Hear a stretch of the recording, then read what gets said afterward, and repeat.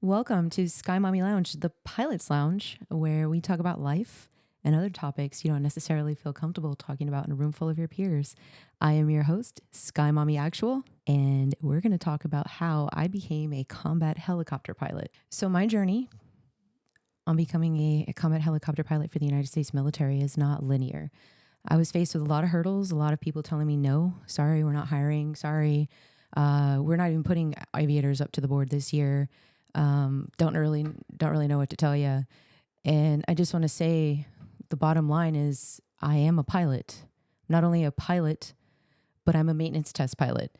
And I made it, y'all. I made it. So I want to share that story with you today. And a lot of people have asked me, well, how'd you get here? How did you become a pilot? And can you help me become a pilot? And I want to open the doors for this conversation. If anyone has any questions on how to submit an application, by no means did I say, hey, I didn't wake up and say, hey, I want to become a pilot, and I put an application and boom, I was selected. No, it took me years to get in, and I don't wish that on anybody. The process is very much streamlined now, but the needs of the Army are different than when I tried to apply. But I was raised with a strict discipline and mindset of two Army officers. I come from 3 generations of military service on my father's side and 4 generations of military service and special operations on my mother's side. Both my parents met and commissioned out of the same ROTC program in North Carolina. And I kind of followed suit with regard to going to their alma mater. But they raised us, myself and my younger sibling, with the thought process that tradition of service would end with our generation. So I focused a lot and very heavily on academics and athletics. And I had the opportunity to apply to several colleges that I was interested in. But what really characterized my decision was the fact that my father passed away suddenly when I was 15 years old, just unexpectedly. And it wasn't until 2 years after his death that we found out that it was 100% service related to his time and deployments in the United States Army. So that moment was a very pivotal moment for me. It changed my whole life, characterized every aspect of who I am, even now as an adult. And all I did was, from there, I even got more strict. I just got more focused. And when I went to college, I did get a chance to get a full need-based scholarship as well as an academic one. And I worked hard. I declared 2 majors, 2 minors. I worked 2 part-time jobs. I had work study as well. And I was like, you know what? I'm trying really hard to get into the workforce, and the little jobs that I'm working, I mean, I was even a manager at one point. They weren't giving me the type of workplace culture and job satisfaction and that like discipline that I was looking for. I was looking for brotherhood. I couldn't find it in the jobs I was working. And I understand hindsight's 2020, but networking is everything. But the culture can make or break the workplace. And I decided, I was like, you know what? I think I want to join the military. And at the time, I had a really good family friend who was in Army flight school. And he said, hey, why don't you put in a warrant officer packet, become a warrant officer and be a Blackhawk pilot like me? And I said, hey, if I'm going to do this, I'm going to go all the way. So I really thought about it, and I was like, you know what does that look like for me? I want to apply to the best of the best. I want to be among the best. I want to be trained by the best. I want to operate on a team that they know I've got their back and they've got mine. And I was like, you know, if I'm going to do this, I'm going to apply for special operations and I'm going to go all the way. It was just a legacy in my family that I had to fulfill. So I said, you know what, maybe let's figure this out. Let's see if I like it. And I went to Army ROTC, the same battalion that my parents commissioned from. And nobody knew that little fact except for me and my parents or my mother. And what I found out was that the same cadre that were there 30 years prior influencing and teaching my parents were still around. So we all had a meeting, and I brought my mother in, and that was a really cool reunion and stepped down memory lane. But I decided in my short-term experience with ROTC that I really liked it. And I decided to go ahead and graduate with my undergraduate degree and continue in ROTC as a graduate student.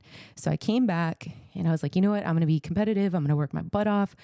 And I'm just going to keep going until I earn a contract and it's essentially a commission, make it line up with my degree field. I told the cadre, I was like, hey, this is what I'm after. I was still working. I was still in school full time. I was volunteering. I was helping the cadre build PT pits, physical training pits. And I was just really active in ROTC. And I knew that I was fighting for very minimal slots that year. And the professor of military science kind of ranked those few scholarships that were available. And he said, look, I only have a few scholarships this academic year. I'm going to devise I'm going to come up with a order of merit based off of overall GPA, military science GPA, PT scores, volunteer work, extracurricular activities to include like civilian jobs, things like that. And I'll be honest with you, when I first started ROTC, I was walking that 2-mile run. At that time, that was what the PT test entailed.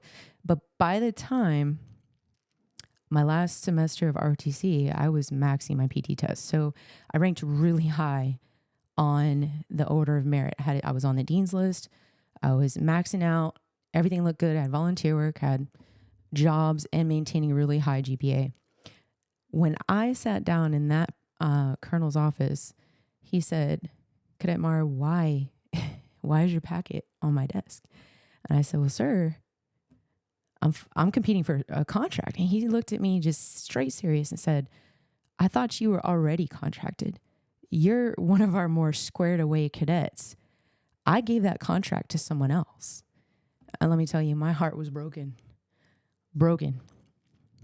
I took a moment to digest that, maintain my composure. And I said, well, sir, what are we going to do? And he said, look, if I could describe you in one word, it would be the word grit. And he like looked at my file and said, look, I saw that you were walking the PT test. Now you're maxing it. He said, if you want to go any other route specific to OCS, things like that, he's like, I would be more than happy to write you a letter of reference. He's like, in fact, XO would be too, any one of us. And I said, well, sir, I want to fly. And he didn't know that about me, but he was also an aviator. And I said, I want to fly. He said, wow, okay. I'm laughing about it now, but I debriefed with the cadre and one of my mentors that was there as a cadre. And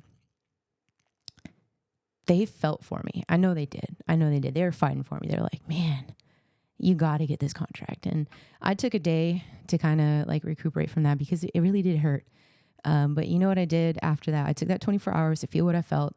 And I turned around and I was like, I got to find a way. I have to find a way. So I contacted the Marine Corps, I contacted the Navy, I contacted the Air Force. I was not picky. I wanted to serve my country. I wanted a community of brotherhood, and I wanted to fly. And I wasn't going to take no for an answer. That moment that I had essentially the interview with that colonel in the ROTC program, that was around 2013.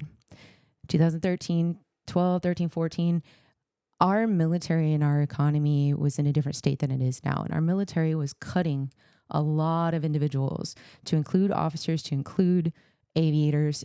Any kind of recruiter was not looking for anyone, for any officer producing school or application who held less than a 4.0 GPA. They were just like, nope, sorry, we're not sending you to the board. Nope. And every single branch that I went to said, hey, look, we're not sending aviators to the board right now.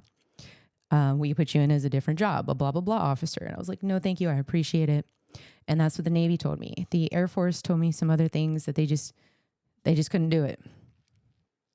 I went to the Marine Corps and contracted with them thinking that, yes, I'd be able to be up for an air slot. And they said, no, we're going to put you in as a ground officer. So when my contract expired, they only sent women once a year. When my contract expired, I thanked them for it. And I took my application and I decided that I still wanted to do it.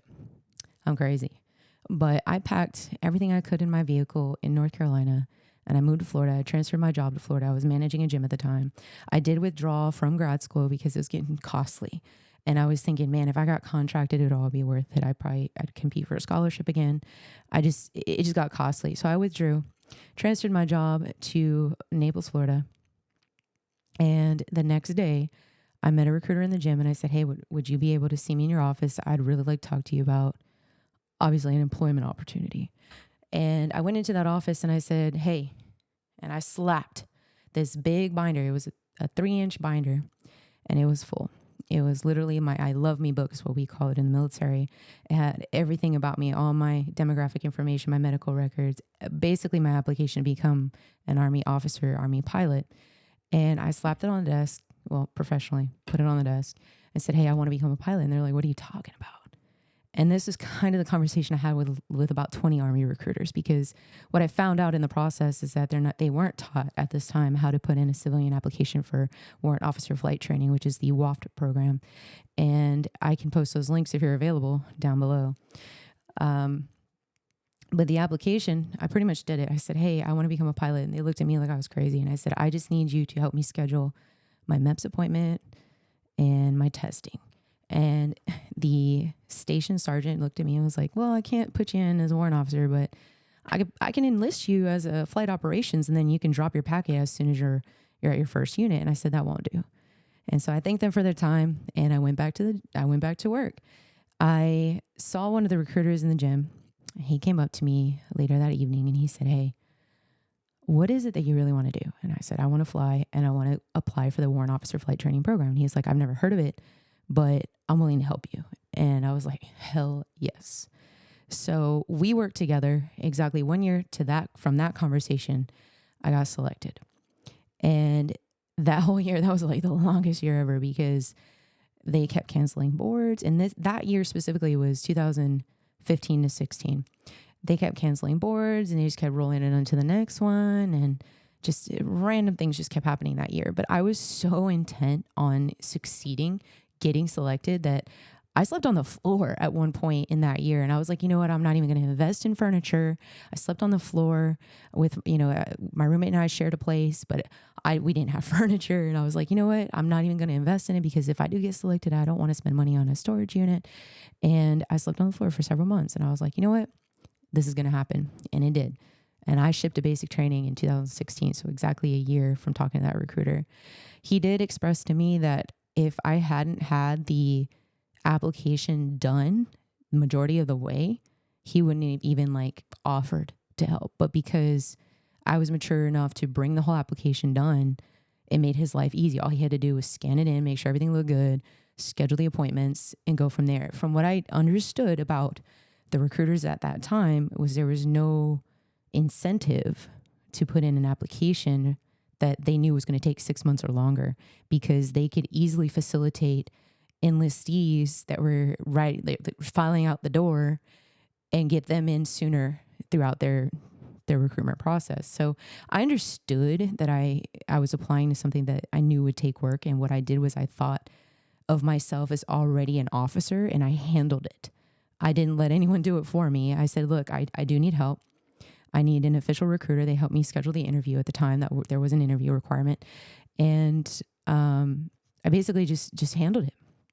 Anytime. And let me tell you, even the medical stuff presented its own hurdles, and I overcame them. And even with my eyes dilated, I was filling out forms and saying, hey, is there any way you can help me?